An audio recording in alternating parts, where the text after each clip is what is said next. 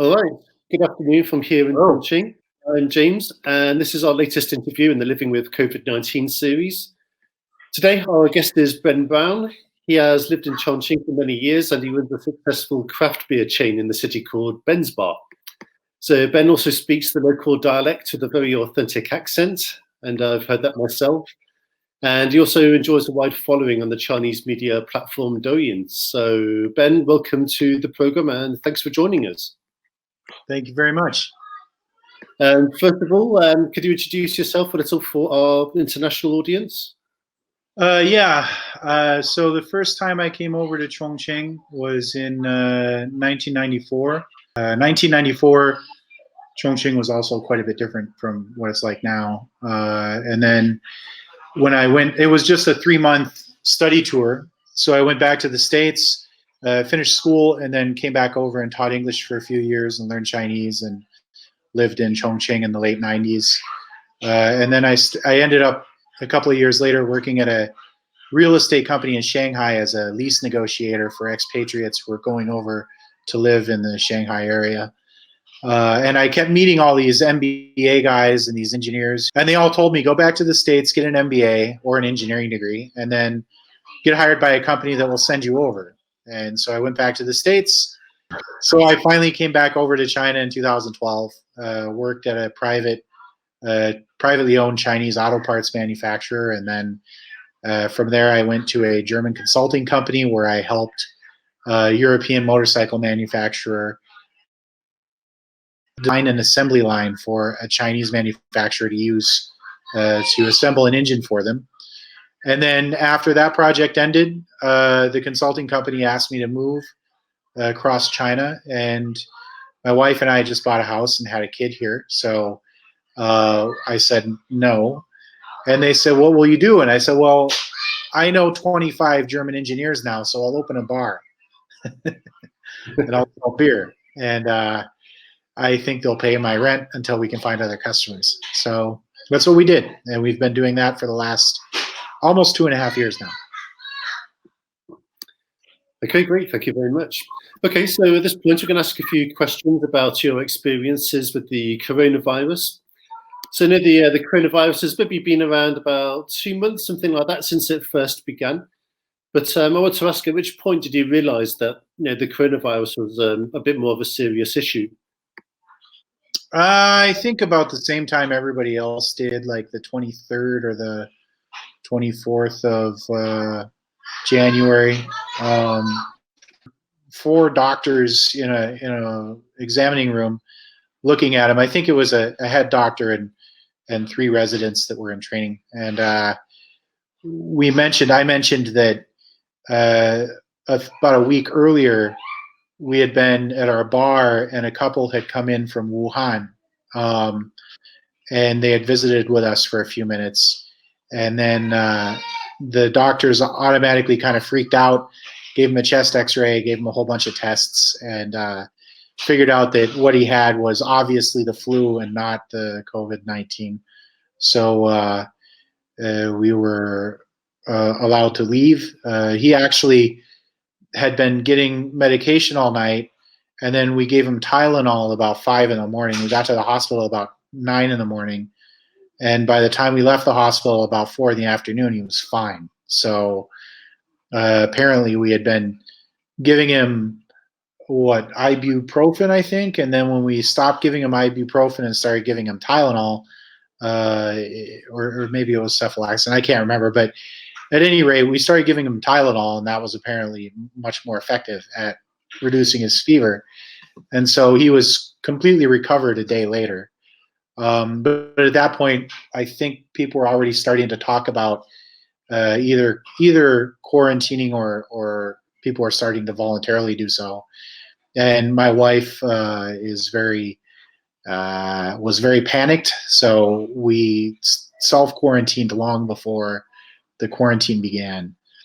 And by the time Spring Festival was over with, we had been informed that the bars would remain closed until further notice. And at this point, that's still prognosis. So we're waiting for things to open again. Okay, and was there any points where you were considering like leaving Chongqing and going back to the USA to see out the crisis? I think people are still nervous. I think a lot of people are going to wait until maybe even weeks after there are no more cases being confirmed before they start coming out. So we're a little concerned that when we do open the bar, we won't necessarily be able to generate enough income to be profitable. So we're kind of tentatively looking at things and waiting to see how it goes. But I think that the job market in Chongqing and across China is going to be depressed in the coming future, and our business may have to struggle to create a profit. So we have to look at how things go and decide what the risks are and how much we're willing to continue to invest before we can move forwards with that. Okay. So for the time being, where do you look for to get information on like the latest developments with coronavirus? The biggest thing that I look at, I mean, I read the international news. I don't really read the local news because my wife reads it all and tells me what she thinks. The biggest thing that I look at is there's a link. Let's see, jobtube.cn.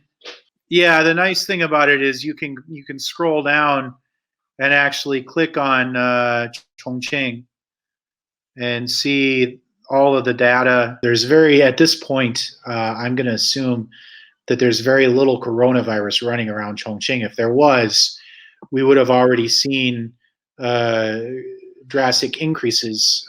So I'm cautiously optimistic that in another week or two, they should be able to open the city back up as long as nothing starts increasing. Okay, so another question I want to ask is just about your daily routine. So I know we're all stuck at home so much. Well, we've been stuck at home so much over the last few months. So what have you been doing to pass your time of late? We've been trying, well, mostly what we've been doing is on normal days, our oldest son is at preschool, and then in the afternoons and evenings, he spends time with the mother-in-law, with his grandmother, and stays at her house. And my wife and I take care of our younger kid. We have a 9-month-old and a 4-year-old. So half of which is taking care of the kids. The rest of the time, we've explored the idea of teaching English online with some programs that do that, but we haven't gotten through the process yet. We've spent a portion of our time talking to people back in the States to see if anybody's looking for somebody with my experience just in case. We've spent a portion of the time doing planning for how to reopen the pub. And we've spent a portion of the time just trying to reduce our expenses so that we can get through this without using up all of our reserves. So basically job searches and planning and trying to figure out how to generate some income while we're stuck at home.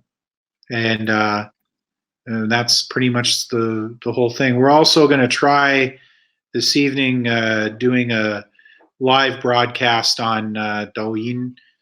We've been recently approved for that with a local Chongqing television star that I met at the Chongqing Spring Festival event, where it's a split screen thing and we're both online, and then his fans and my fans can all talk to each other, and then we if there's any income from that, we can split it up. But the live broadcast thing is difficult because I keep accidentally saying things that are censored and then getting booted.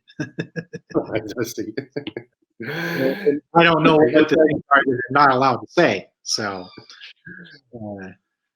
Okay. So in a moment, I will ask you about Douyin, but the final question I want to ask is, what are your impressions of the government's handling of the crisis here?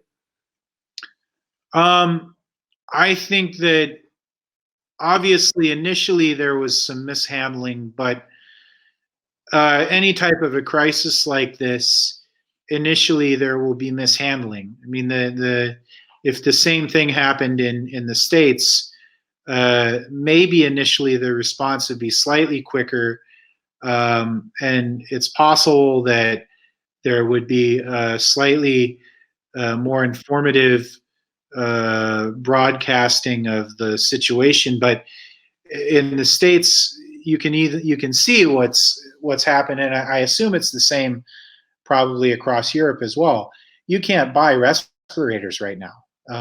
They're all gone, even though there are only 11 reported cases across the entire United States.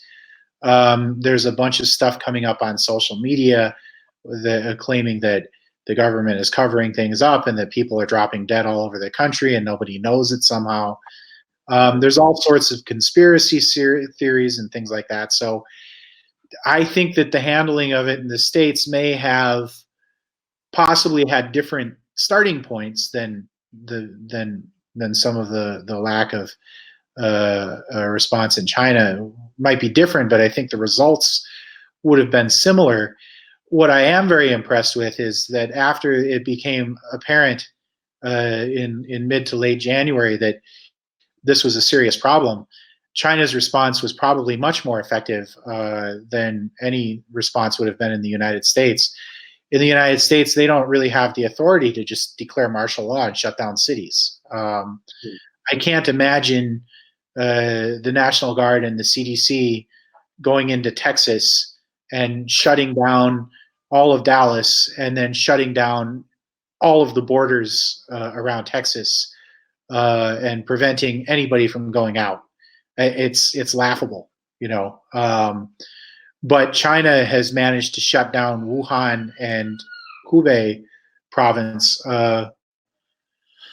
really effectively, and the imposed quarantines. I mean, I'm an American, so when I go to the gate and they say, "Oh, you need this government-issued piece of paper, and you can only leave the compound once every 3 days," it gets to me because I'm an American and I own a property here, and I feel like saying, why do you have the authority to make me stand here? You don't have, you know, I'm wearing a face mask and protective goggles and surgical gloves and a jacket, and I have a very panicked wife at home that's going to make me wash everything and sterilize everything and take a shower before I can even get out back into my own apartment.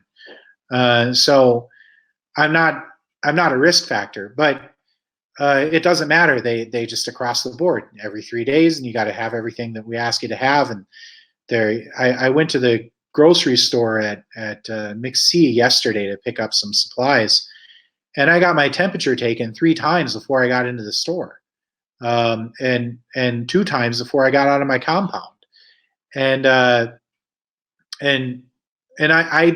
when I think about it rationally, it's an excellent way to make sure that the infection doesn't spread, and you can see that in the data. I mean, the initial reporting of Chongqing cases, I think, was in the 300s, and then while it was still rising very quickly across Wuhan and Hubei, it pretty much slowed to a crawl across the rest of the country.